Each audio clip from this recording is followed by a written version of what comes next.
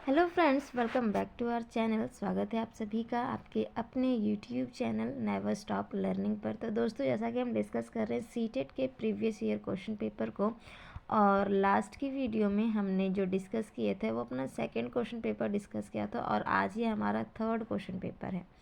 और जैसा कि आप सभी जानते हैं कि हम जो फोकस कर रहे हैं वो कर रहे हैं सीडीपी वाले पोर्शन पर, और हम एक वीडियो में 15 क्वेश्चन जो इनको कवर करते हैं, क्योंकि वीडियो ज़्यादा लेंदी हो जाता है, इसीलिए हम 30 कंप्लीट क्वेश्चन जो है उनको डिस्कस नहीं कर पाते हैं।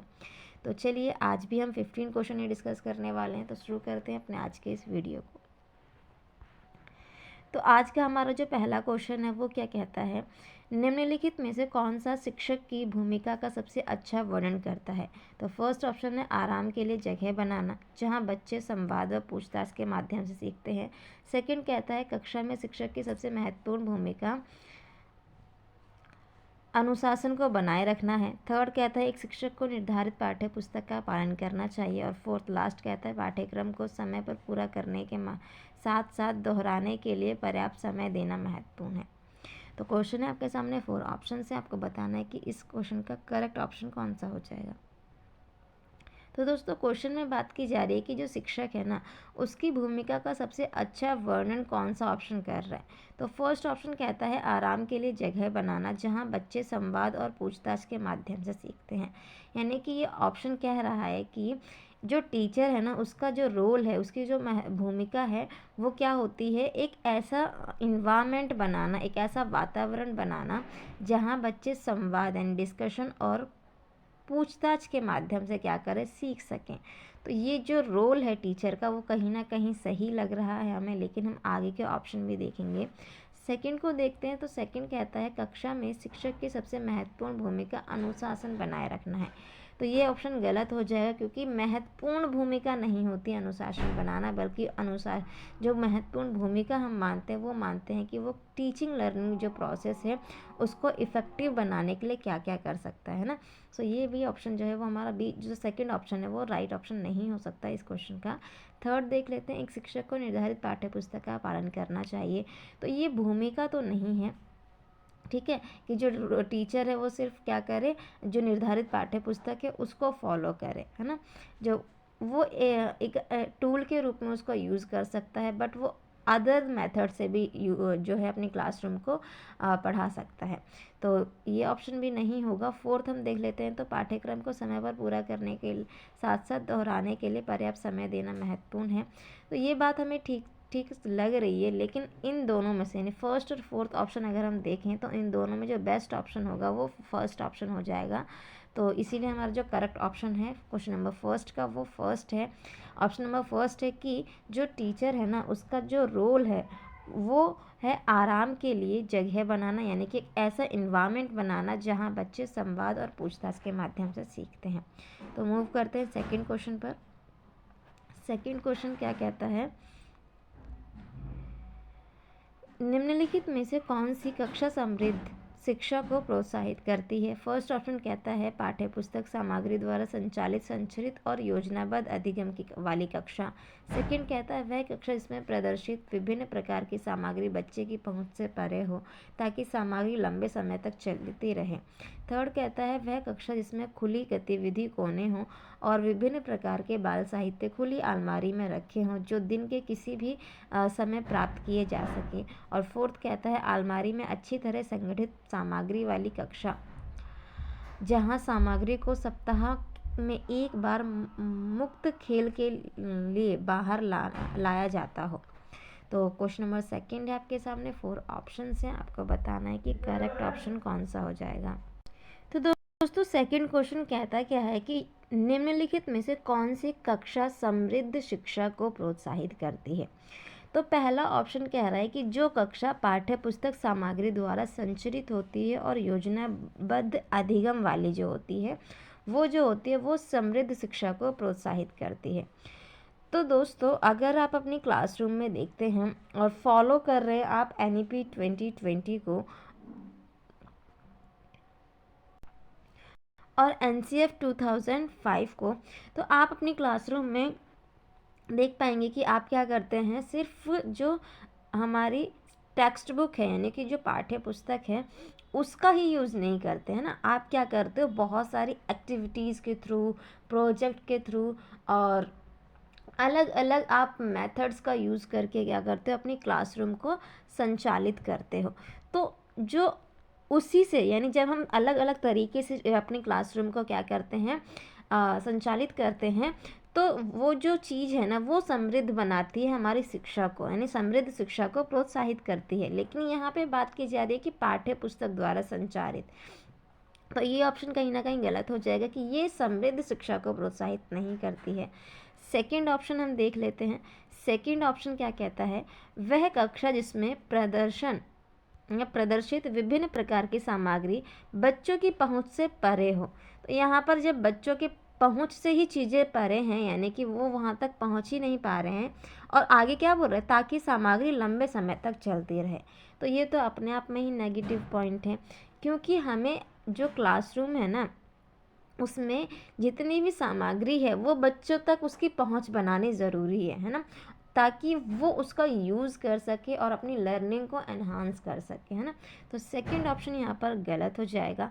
थर्ड देख लेते हैं। फर्स्ट भी हमारा रॉन्ग है, सेकंड भी रॉन्ग है, थर्ड देखते हैं। तो थर्ड कहता है कि वह कक्षा जिसमें खुली गतिविधि कोने हों, ठीक है, और विभिन्न प्रकार के बाल साहित्य खुली अलमारी में रखे हों, जो दिन के किसी भी समय प्राप्त किए जा सकें। अब ये ऑप्शन सही लग रहा है, बेस्ट भी लग रहा है हमें, कि जो क्लासरूम है, ऐसी क्लासरूम जहाँ गतिविधि कोने हों, यानी कि एक्टिविटी कॉर्नर्स हों, और विभिन्न प्रकार के बाल साहित्य जो है वो अलमारी में रखे हों, और वो जो अलमारी हो ना उस तक जो बच्चे हैं उसकी पहुंच हो, और ये प्रतिदिन क्या हो, खुली रहे, और बच्चे जो हैं वो किसी भी समय इसको प्राप्त कर सके। ऐसी क्लासरूम जो है वो करती है समृद्ध शिक्षा को प्रोत्साहित, क्योंकि अब जब बच्चे एक्टिविटी कोने तो वो एक्टिविटी कर सकते हैं, जब उन्हें एक्टिविटी कराई जाए, साथ ही साथ अगर उन्हें पढ़ने का मन है, क्या बुक्स पढ़ने का मन है, तो वो अपनी इच्छा अनुसार कोई भी जो उनको इंटरेस्ट जिसमें आता है उसका यूज़ करेंगे, और अपनी जो वोकेबलरी है स्टोरी के माध्यम से वो क्या कर पाएंगे, सीख पाएंगे, है ना। तो ये जो चीज़ है वो कहीं ना कहीं समृद्ध शिक्षा को प्रोत्साहित करती है। और जब आप बच्चों को के लिए लाइब्रेरी क्लासरूम में ही लगाते हो, यानी कि अलमारी में साहित्य रखते हो, खुली साहित्य जो बाल साहित्य हैं, तो वो उनका इंटरेस्ट जो है ना वो रीडिंग की तरफ कहीं ना कहीं बढ़ता है, क्योंकि बुक्स में इमेजेस होती हैं, कलर्सफुल वर्ड्स होते हैं, है ना। इमेजेस के थ्रू और स्टोरी के थ्रू बच्चे जो होते हैं वो अट्रैक्ट होते हैं बुक की तरफ, और उसे रीड करना पसंद करते हैं। सो ये जो चीज़ होती है वो करती है क्या, प्रोत्साहित किसको, समृद्ध शिक्षा को। तो ये चीज़ सही है। अब फोर्थ भी हम देख लेते हैं। तो अलमारी में अच्छी तरह संगठित सामग्री वाली कक्षा, जहाँ सामग्री को सप्ताह में एक बार मुक्त खेल के लिए बाहर लाया जाता हो। तो सप्ताह में एक बार लाने से जो है वो उतना इफ़ेक्टिव नहीं होगा जितना कि आप डेली के लिए ये रूटीन में वो ले आते हो, है ना। तो थर्ड ऑप्शन यहाँ पे बेस्ट हो जाएगा। हाँ, सो यहाँ पे हमारा सेकंड का जो बेस्ट ऑप्शन है वो हमारा ऑप्शन नंबर थर्ड है। तो चलिए मूव करते हैं अब हम थर्ड क्वेश्चन पर। थर्ड क्वेश्चन क्या कहता है कि निम्नलिखित में से कौन सा कक्षा में पाठ्य पुस्तकों की भूमिका का सबसे अच्छा वर्णन करता है। तो ऑप्शन फर्स्ट है, वे संसाधन रहित संदर्भ में सबसे आवश्यक अधिगम संसाधन बनाती है। सेकंड कहता है, वे कक्षा में उपलब्ध संसाधन और संदर्भ सामग्री में से एक है। और थर्ड ऑप्शन क्या कहता है, वे एक राज्य या राष्ट्र में अधिगम में एक रूपता बनाए रखती है। और फोर्थ कहता है, वे अध्ययन के पाठ्यक्रम के बारे में शिक्षकों और माता पिता को मार्गदर्शन प्रदान करती है।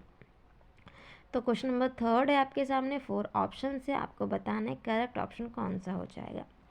तो दोस्तों क्वेश्चन में बात की जा रही है कि निम्नलिखित में से कौन सा कक्षा में पाठ्य पुस्तकों की भूमिका का सबसे अच्छा वर्णन करता है, यानी जो टेक्स्ट बुक है उसका हमारे क्लासरूम में क्या रोल है, उसका जो रोल है उसका वर्णन कौन सा जो यहाँ पे ऑप्शन है वो सबसे अच्छा कर रहा है, वो आपको बताना है।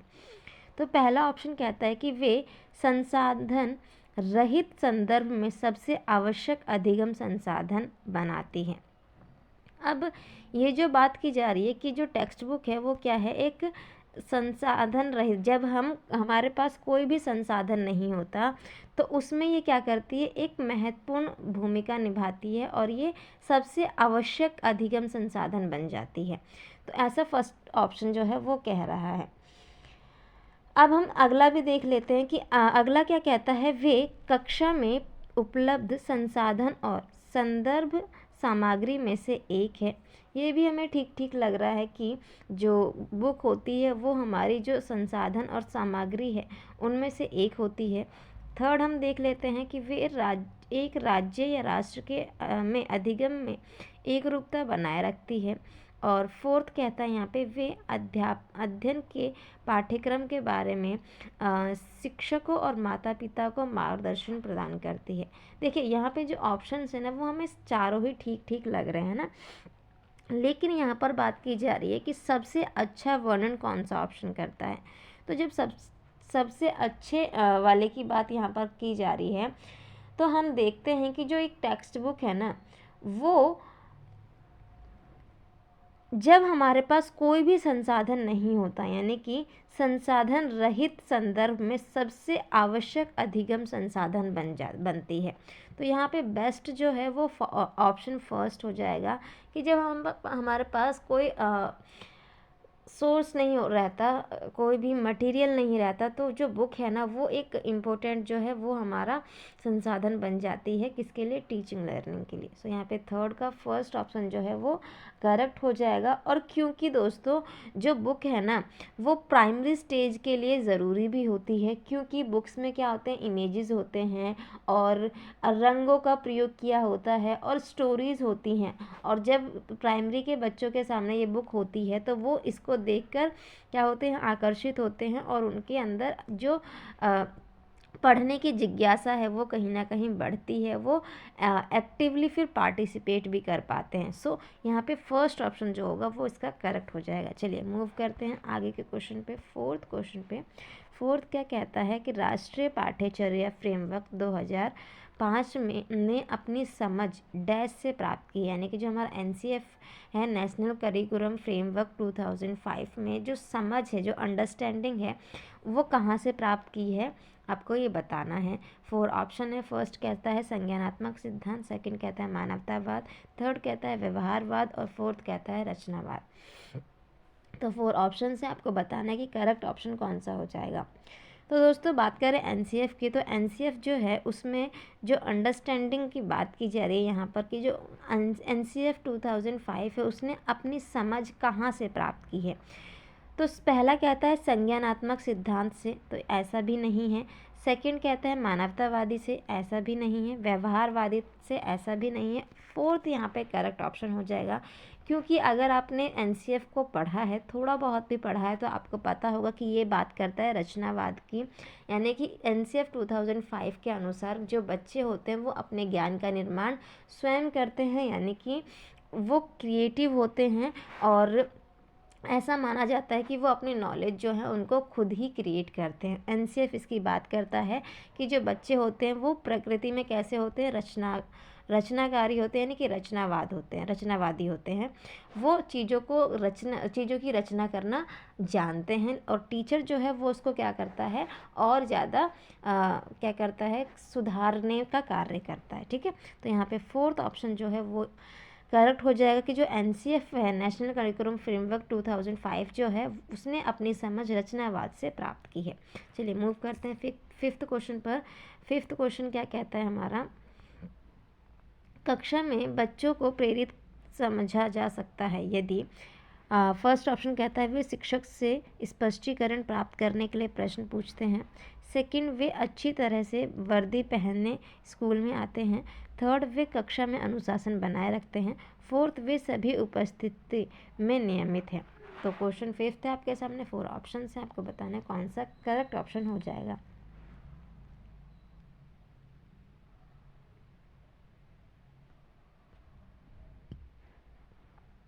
तो दोस्तों जो क्वेश्चन नंबर 5 है उसमें बेसिकली जो बात की जा रही है वो की जा रही है कि जो बच्चे हैं ना उनको हम प्रेरित समझेंगे कब, यदि, यानी कि यहाँ पे बात की जा रही है कि जो बच्चे हैं उनको कक्षा में जो बच्चे हैं उनको प्रेरित समझा जा सकता है, यानी कि उन्हें मोटिवेटेड समझा जा सकता है यदि वो क्या करते हैं, वे शिक्षक से स्पष्टीकरण प्राप्त करने के लिए प्रश्न पूछते हैं। यानी कि आपकी क्लास में अगर बच्चे क्या कर रहे हैं, जो चीज़ें हैं उनको स्पष्ट करने के लिए, अच्छे तरीके से समझने के लिए आपसे क्वेश्चन करते हैं, पूछते हैं चीज़ों को, है ना।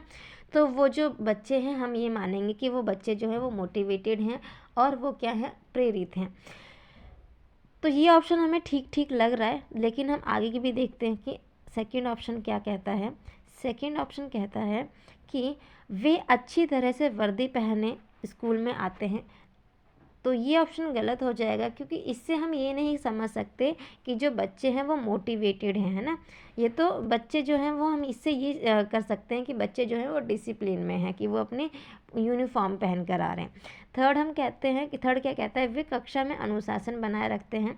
तो ये हम बोल सकते हैं कि जो बच्चा है अगर क्लासरूम में अनुशासन बनाए रख रहा है, तो हम ये नहीं समझ सकते ना कि वो प्रेरित है। पढ़ने की बात हम करें तो वो ये भी नहीं हो सकता। फोर्थ देखते हैं कि वे सभी उपस्थिति में नियमित है। तो ये भी कहीं ना कहीं डिसिप्लिन को दिखा रहा है, कि इससे हम समझ सकते हैं कि बच्चे क्या अनुशासन में हैं। अब बचा एक ही ऑप्शन, जो कि इसका बेस्ट ऑप्शन है, कि यदि बच्चे जो हैं वो स्पष्टीकरण प्राप्त करने के लिए क्या करते हैं, प्रश्न पूछते हैं। तो हम कह सकते हैं कि बच्चे जो हैं वो क्या है, प्रेरित है, मोटिवेटेड है क्लासरूम में। सो फर्स्ट इसका जो हो जाएगा वो करेक्ट ऑप्शन हो जाएगा क्वेश्चन नंबर 5 का।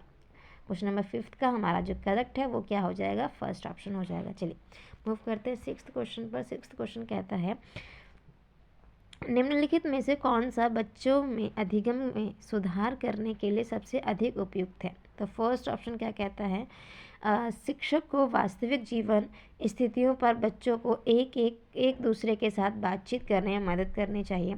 सेकंड कहता है नियमित मूल्यांकन।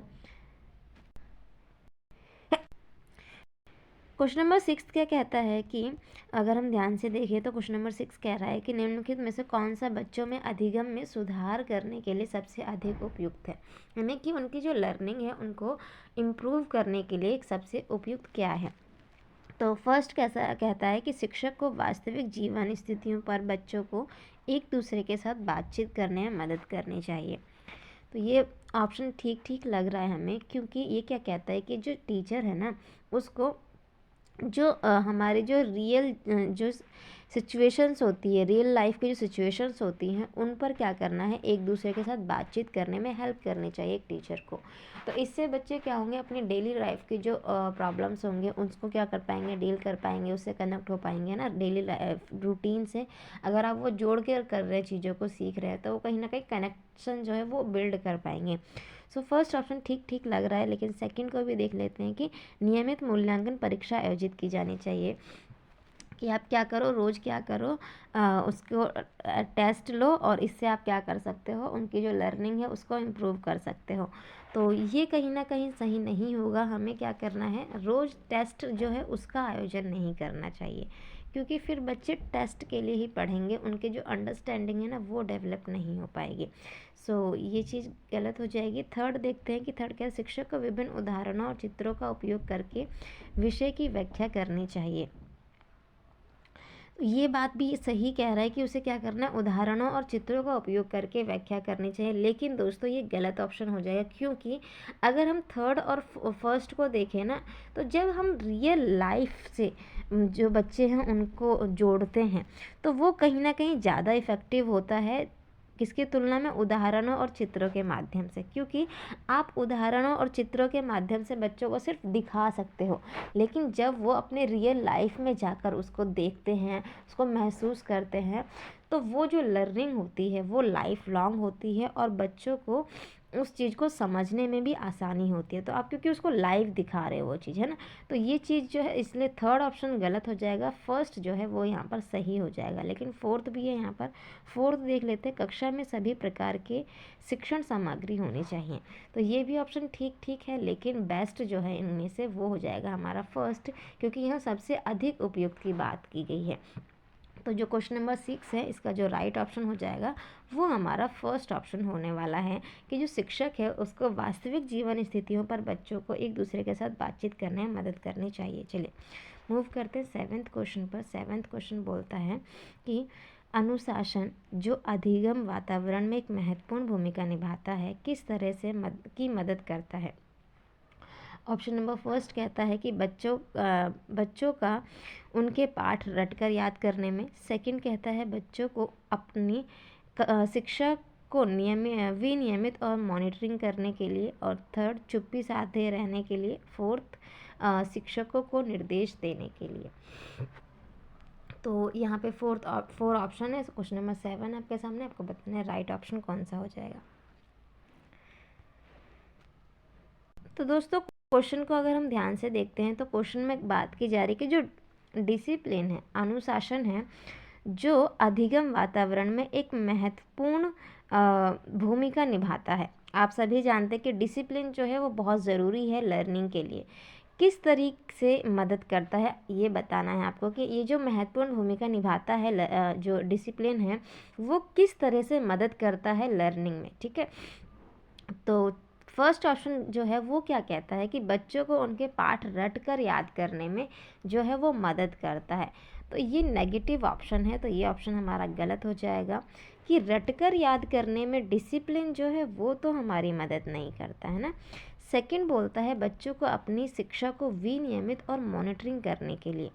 ये हमें सही ऑप्शन लग सकता है क्योंकि इसमें बात की जा रही है कि जो बच्चे हैं ना उनको अगर वो डिसिप्लिन मेंटेन करके रखते हैं और इससे क्या होगा, वो बच्चे जो होंगे वो अपनी जो एजुकेशन है उसको क्या कर पाएंगे, विनियमित और मॉनिटरिंग करने के लिए क्या हो पाएंगे, सक्षम हो पाएंगे। वो टाइम टू टाइम अपने जो उसकी जो लर्निंग हुई है उसको चेक कर पाएंगे और उसके अकॉर्डिंग वो क्या कर पाएंगे, आगे मूव ऑन कर पाएंगे। सो ये जो है वो कहीं ना कहीं हेल्प करती है बच्चों को अपनी शिक्षा को विनियमित और मॉनिटरिंग करने के लिए। तो जो सेकंड ऑप्शन है वो ठीक लग रहा है, लेकिन थर्ड और फोर्थ को देखिए तो थर्ड और फोर्थ कहता है कि चुप्पी साधने के लिए, तो ये तो होगा ही नहीं। फोर्थ कहता है शिक्षक को निर्देश देने के लिए, तो ये भी यहाँ पर नहीं होगा। और सबसे बेस्ट जो ऑप्शन हो जाएगा वो हमारा क्वेश्चन नंबर 7 का सेकंड हो जाएगा। तो सेकंड यहाँ पर राइट ऑप्शन हो जाएगा क्वेश्चन नंबर 7 का। चलिए मूव करते हैं 8th पे। 8th क्वेश्चन कहता है आनुवांशिकता और पर्यावरण की भूमिका के बारे में निम्नलिखित में से कौन सा कथन सत्य है। तो हेरिडिटी और इन्वायरमेंट से यहाँ पे क्वेश्चन पूछा गया है।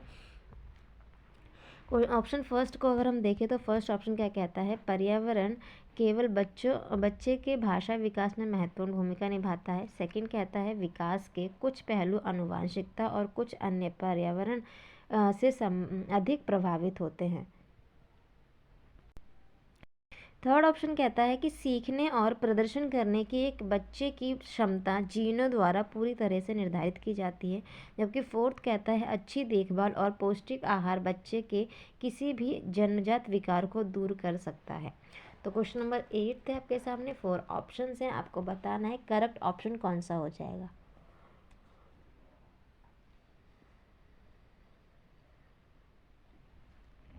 तो दोस्तों क्वेश्चन नंबर 8 को हम ध्यान से देखें तो इसमें बात की जा रही है आनुवांशिकता और पर्यावरण की भूमिका के बारे में कौन सा कथन यहाँ पर सत्य है। तो ऑप्शन फर्स्ट क्या कहता है कि पर्यावरण केवल भाषा विकास में महत्वपूर्ण भूमिका निभाता है। तो ऐसा तो नहीं है।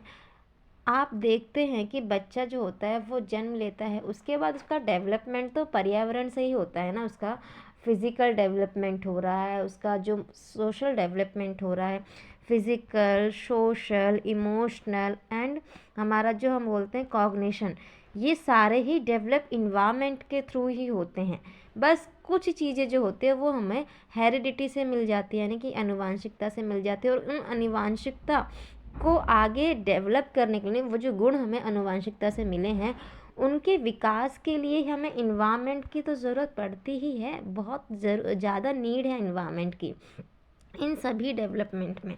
सो इसीलिए यहाँ पे बात की जा रही है कि जो भाषा विकास है उसमें महत्वपूर्ण भूमिका निभाता है पर्यावरण, वो भी केवल। तो ये तो ऑप्शन यहाँ पर नेगेटिव हो गया, गलत हो गया। सेकंड देख लेते हैं। सेकंड ऑप्शन क्या कहता है कि विकास के कुछ पहलू आनुवंशिकता और कुछ अन्य पर्यावरण से अधिक प्रभावित होते हैं। तो क्वेश्चन नंबर 8 का सेकंड ऑप्शन हमें ठीक ठीक लग रहा है कि हाँ, जो विकास है ना उसके कुछ पहलू जो होते हैं वो आनुवंशिकता और जो अन्य हैं, कुछ अन्य है वो पर्यावरण से अधिक प्रभावित होते हैं। जैसे कि अगर हम बात करें कि जो हमारा फिज़िकल डेवलपमेंट होता है वो उसके जो पहलू हैं वो उन पर जो ज़्यादा प्रभाव होता है वो किसका होता है, हमारे हेरिडिटी का होता है। हमारी हाइट हो गई, हमारा वेट हो गया, है ना, हमारा कलर हो गया, ये सारी चीज़ें हम जो है वो डिपेंड करती हैं, किससे प्रभावित होती है, आनुवंशिकता से। जबकि कुछ अन्य जैसे कि हमारा सोशल डेवलपमेंट हो गया और हमारा इमोशनल डेवलपमेंट हो गया, ये सारी चीज़ें जो है उन पर ज़्यादा प्रभाव पड़ता है, वो पड़ता है पर्यावरण का, इन्वायरमेंट का। सो ये बात जो है हमें सही लग रही है, लेकिन हम आगे के ऑप्शन भी देख लेते हैं। थर्ड ऑप्शन बोलता है सीखने और प्रदर्शन करने कि एक बच्चे की क्षमता जीनों द्वारा पूरी तरह निर्धारित होती है। तो भाई ये गलत ऑप्शन है, पूरी तरह निर्धारित नहीं होती है, इन्वायरमेंट का बहुत बड़ा रोल होता है साथ के साथ, ठीक है। फोर्थ देखते हैं कि अच्छी देखभाल और पौष्टिक आहार बच्चे की किसी भी जन्मजात विकार को दूर कर सकता है। ये भी गलत है, क्योंकि हम जन्मजात विकार जो है उसको पूरी तरीके से दूर नहीं कर सकते। हाँ, उनमें हम सुधार कर सकते हैं, है ना, सुधार किया जा सकता है, लेकिन पूरी तरीके से हम कहें कि दूर कर दे, वो नहीं किया जा सकता, ठीक है। तो यहाँ पे क्वेश्चन नंबर 8 का जो करेक्ट ऑप्शन है वो हमारा ऑप्शन नंबर जो हमारा सेकंड ऑप्शन है वो हमारा यहाँ पर क्या हो जाएगा, करेक्ट ऑप्शन हो जाएगा। तो क्वेश्चन नंबर 8 का जो है वो सेकंड जो है वो यहाँ का करेक्ट ऑप्शन है कि विकास के कुछ पहलू आनुवंशिकता और कुछ अन्य पहलू पर्यावरण से अधिक प्रभावित होते हैं। चलिए मूव करते हैं 9th क्वेश्चन पर। 9th क्वेश्चन कहता है निम्नलिखित में से कौन सा कथन पियाजे के सिद्धांत के अनुसार का नहीं जा सकता। ऑप्शन फर्स्ट कहता है बच्चे अपने पर्यावरण पर क्रिया करते हैं। सेकंड बोलता है विकास गुणात्मक चरणों में होता है। थर्ड, बच्चे अपनी दुनिया के बारे में ज्ञान का निर्माण और उपयोग करते हैं। और फोर्थ बोलता है निरंतर अभ्यास से अधिगम होता है। तो क्वेश्चन नंबर 9 है आपके सामने, 4 ऑप्शन है, आपको बताना है कौन सा करेक्ट ऑप्शन हो जाएगा। तो दोस्तों क्वेश्चन नंबर जो हमारा 9 है उसमें बात की जा रही है किसकी, उसमें बात की जा रही है किसकी, जीन पियाजे के जो थियोरी है उसकी, जीन पियाजे के सिद्धांत के अनुसार कहाँ नहीं जा सकता वो हमें बताना है। तो जो फर्स्ट ऑप्शन है उसमें क्या कहा जा रहा है कि जो बच्चे हैं ना वो अपने पर्यावरण पर क्रिया करते हैं। तो ये बात तो उन्होंने कही है ना, कि बच्चे जो होते हैं अपने वातावरण जो है उनमें क्या करते हैं, क्रिया करते हैं, उस पर क्रिया करते हैं। तो ये तो कहा है उन्होंने, हमसे पूछा है नहीं, तो ये नहीं हो सकता। सेकंड देख लेते हैं। सेकंड बोलता है विकास जो होता है वो गुणात्मक चरणों में होता है। तो ये बात अगर आपने इनकी थियोरी को पढ़ा है तो पियाजे ने ऐसा नहीं कहा है कि जो विकास होता है वो क्या होता है, गुणात्मक रूप से होता है। इन्होंने विकासात्मक सिद्धांत पर बल दिया। इन्होंने कहा कि जो विकास होता है ना वो विकासात्मक चरणों में होता है, ना कि गुणात्मक चरणों में। तो ये ऑप्शन यहाँ पर जो हो रहा है, लग रहा है हमें कि नहीं कहा है किसने, पियाजे ने। लेकिन आगे देखते हैं तो बच्चे अपनी दुनिया के बारे में ज्ञान का निर्माण और उपयोग करते हैं, तो ये तो इन्होंने कहा है, तो ये ऑप्शन तो होगा नहीं। निरंतर अभ्यास से अधिगम होता है, ये भी इन्होंने कहा है, तो ये भी नहीं हो सकता। तो यहाँ पर जो करेक्ट ऑप्शन हो जाएगा वो हो जाएगा हमारा ऑप्शन नंबर सेकंड, कि विकास जो है वो गुणात्मक चरणों में होता है, ऐसा पियाजे ने नहीं कहा है और हमसे यही पूछा गया है, ठीक है। चलिए मूव करते हैं 10th क्वेश्चन पर। 10वां क्वेश्चन क्या कहता है, तो 10वां क्वेश्चन क्या हमारे सामने है, वो कहता है कि निम्नलिखित में से कौन सी पूर्व संक्रियात्मक विचार की एक सीमा नहीं है। यानी जो हमारी प्री ऑपरेशनल स्टेज है उसके बारे में बताया, पूछा जा रहा है कि कौन सा विचार उसका उसकी एक सीमा नहीं है। तो फर्स्ट ऑप्शन कहता है अनुत्क्रमणीयता, सेकंड बोलता है ध्यान केंद्रित करने की प्रवृत्ति, और थर्ड बोलता है प्रतीकात्मक विचार का विकास, और फोर्थ बोलता है अहमन्यता। तो 4 ऑप्शन है आपके सामने, बताने 10th का सही ऑप्शन कौन सा हो जाएगा। तो दोस्तों जो क्वेश्चन नंबर 10th है इसमें जो बात की जा रही है वो की जा रही है कि जो प्री ऑपरेशनल स्टेज है उसकी बात की जा रही है। प्री ऑपरेशनल स्टेज जो कि पियाजे की है उसमें इन्होंने पूछा है कि उसके कौन विचार जो है, संक्रियात्मक विचार जो है, पूर्व संक्रियात्मक विचार की एक सीमा नहीं है, यानी कि एक सीमा नहीं है वो हमें बताना है। फर्स्ट बोलता है अनुत्क्रमणशीलता, अनुत्क्रमणीयता, जैसे हम अपलटावी भी बोलते हैं, है ना। तो ये बोल रहा है कि ये जो है इसकी सीमा नहीं है, लेकिन अगर आपने इनकी इस स्टेज को देखा है तो आपको पता होगा कि इसमें जो बच्चा होता है उसमें ये गुण पाया जाता है, ये सीमा नहीं है ना।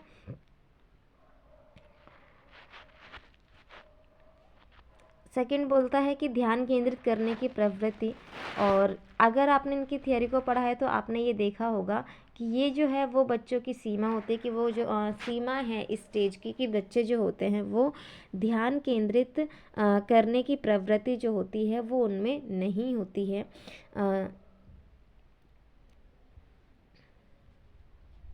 सॉरी, यहाँ हमें नहीं पूछा है, सीमा नहीं है, तो हमें नहीं को नोट करना है। सॉरी दोस्तों, यहाँ पे मैंने क्वेश्चन को गलत कर दिया है, क्योंकि मैंने नहीं को स्किप कर दिया, और ये गलती आप बिल्कुल भी मत कीजिएगा, क्योंकि इससे हमारा क्वेश्चन जो है ना वो गलत हो जाता है, जैसा कि आपने अभी देखा।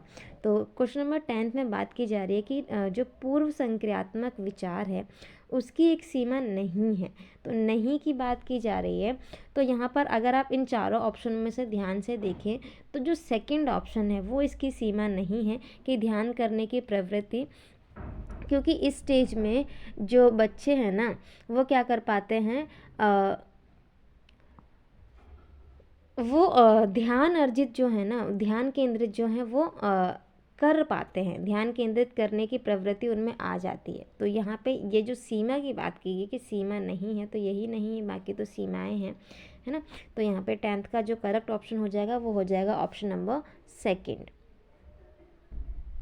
चलिए मूव करते हैं 11th क्वेश्चन पर। 11th क्वेश्चन क्या कहता है, डैश के अलावा निम्नलिखित कारणों से खेल युवा बच्चों के विकास में एक महत्वपूर्ण भूमिका निभाता है। ऑप्शन फर्स्ट कैसा है, वे नए कौशल हासिल करते हैं और सीखते हैं और कि उन्हें कब उपयोग किया जाए। सेकंड बोलता है वे अपने शरीर पर निपुणता प्राप्त करते हैं। थर्ड बोलता है यह उनकी इंद्रियों को उत्तेजित करता है, और फोर्थ कहता है यह समय बिताने का एक सुखद तरीका है। तो क्वेश्चन 11 आपके सामने 4 ऑप्शन हैं, आपको बताना है राइट ऑप्शन कौन सा हो जाएगा। तो 11 में कहा क्या जा रहा है कि डैश के अलावा निम्नलिखित कारणों से खेल युवा बच्चों के विकास में एक महत्वपूर्ण भूमिका निभाता है। यानी कि यहाँ कुछ कारण दिए हैं आपको, और आपको बताना है कि किस वजह से जो खेल है ना ये युवा बच्चों के विकास में एक महत्वपूर्ण भूमिका निभाता है। तो फर्स्ट बोलता है कि वे नए कौशल हासिल करते हैं और सीखते हैं कि उन्हें कब उपयोग किया जाए। यानी कि वो क्या करते हैं, नए नए कौशल हासिल करते हैं और सीखते हैं कि उन्हें कब उपयोग किया जाए, इसीलिए जो खेल है वो महत्वपूर्ण भूमिका निभाते हैं। तो ये ऑप्शन आप जो देख रहे हैं हम फर्स्ट ऑप्शन, तो ये इसका कहीं ना कहीं हम कहें कि महत्वपूर्ण भूमिका निभाने की बात तो नहीं, हमसे यहाँ पे पूछा है इसके अलावा, है ना।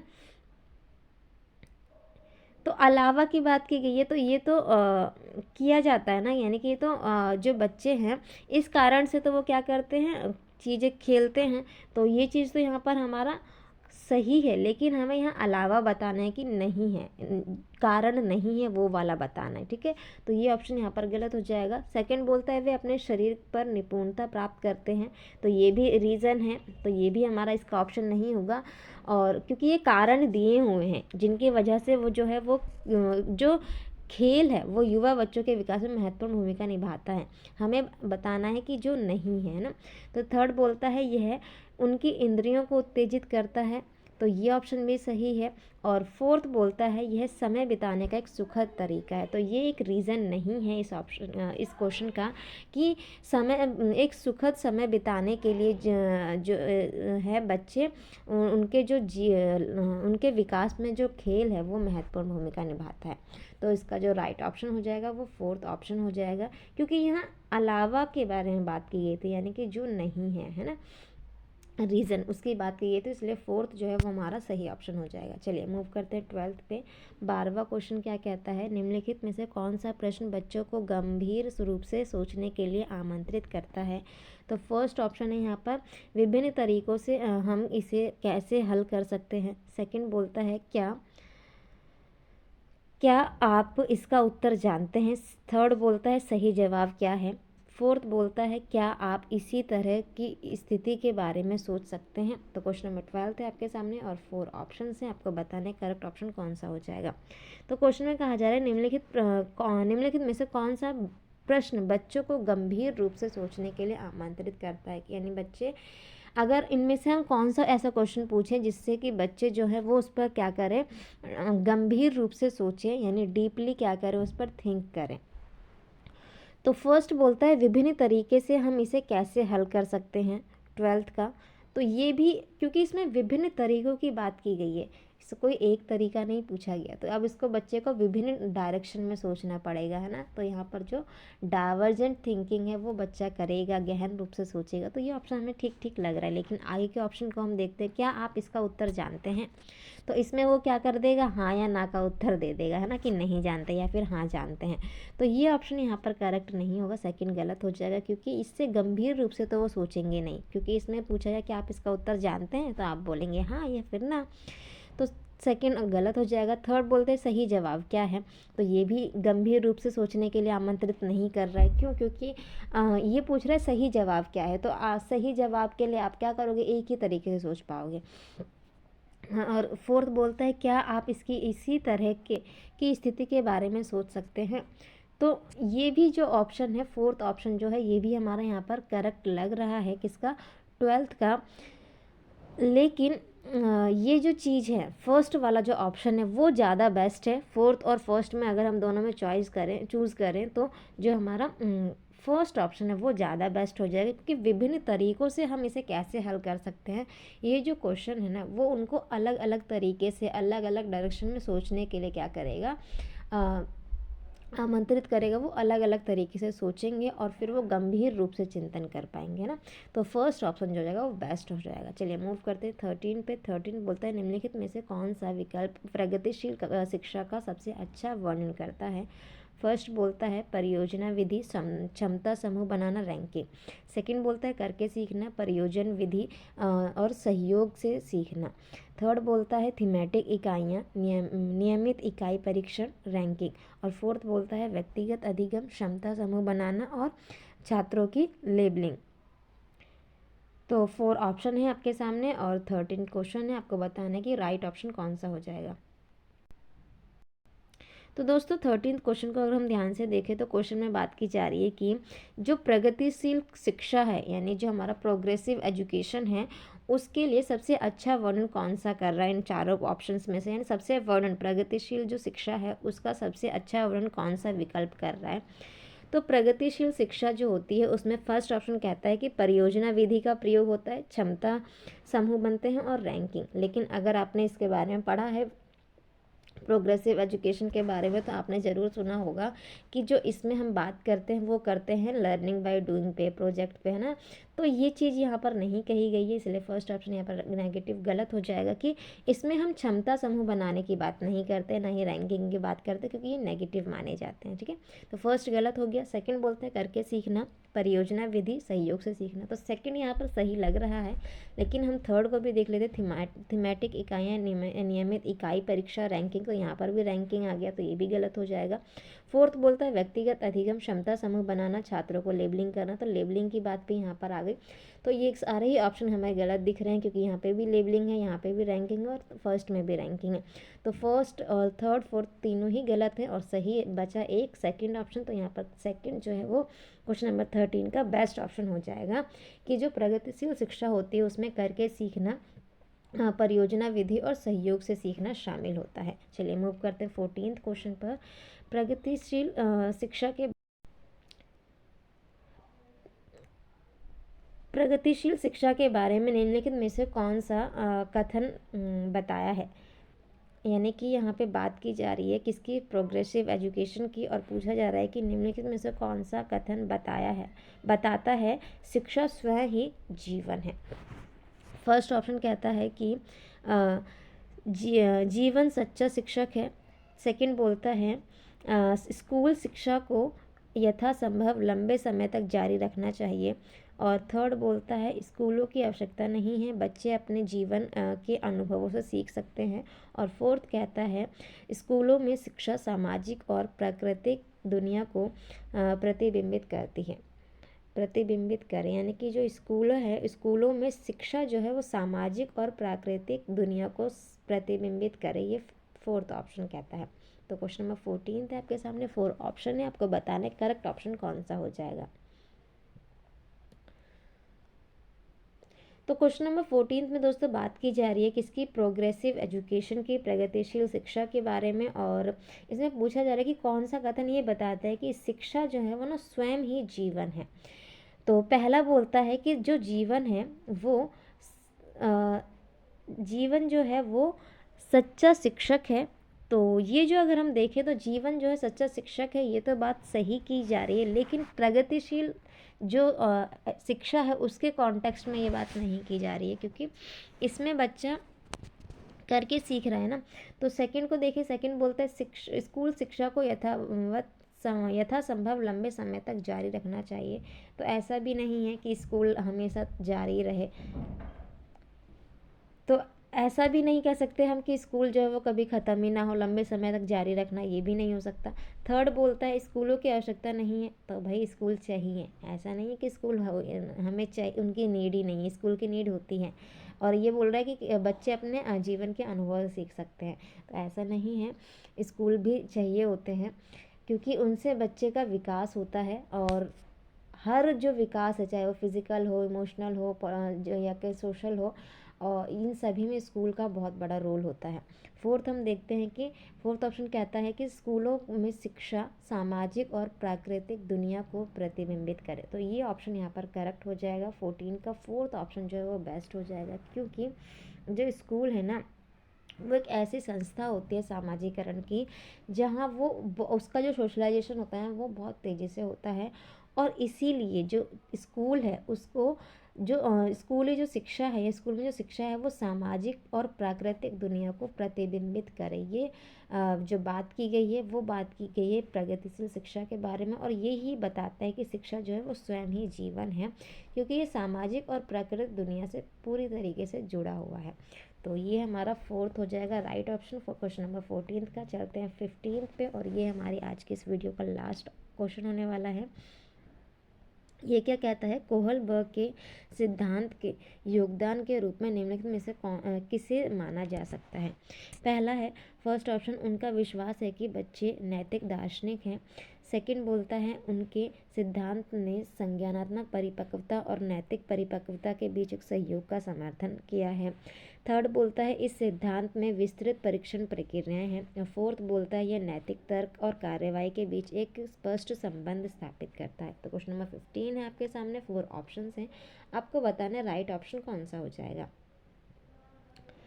तो दोस्तों कोहलबर्ग के आपने अगर देखा है उनकी जो थियरी को अगर देखा है आपने, तो इन्होंने मोरल डेवलपमेंट की बात की है, और यहाँ पर मोरल डेवलपमेंट की बात वाला जो ऑप्शन है वो आप देख सकते हैं, ऑप्शन नंबर 4 है कि यह नैतिक तर्क और कार्रवाई के बीच एक स्पष्ट संबंध स्थापित करता है।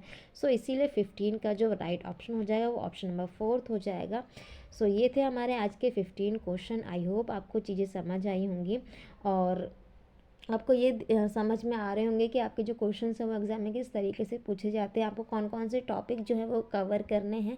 क्योंकि कुछ क्वेश्चंस जो आप देख रहे हैं कि वो रिपीट हो रहे हैं, जैसे कि आपने हेरिडिटी और इन्वायरमेंट का टॉपिक अगर पढ़ा है तो बार बार आपको उनके क्वेश्चन देखने को मिलते हैं, कोहलबर्ग के क्वेश्चन देखने को मिल रहे हैं, आपको प्याजे के क्वेश्चन मिल रहे हैं। सो ये जो कुछ टॉपिक्स हैं जिनको आपको अच्छे से कवर करके जाना है अपने एग्जाम में, क्योंकि इनसे क्वेश्चन आपके एग्जाम में पूछे ही जाने हैं। सो ये थे हमारे आज के 15 क्वेश्चन। तो मिलते हैं आपसे कल अगले 15 क्वेश्चंस के साथ, तब तक थैंक यू एवरीवन। और अगर आपने अभी तक हमारे चैनल को सब्सक्राइब नहीं किया तो प्लीज़ इसे सब्सक्राइब कीजिएगा, और अगर वीडियो अच्छा लगा हो तो प्लीज़ इसे लाइक कीजिएगा, अपने दोस्तों के साथ शेयर कीजिएगा।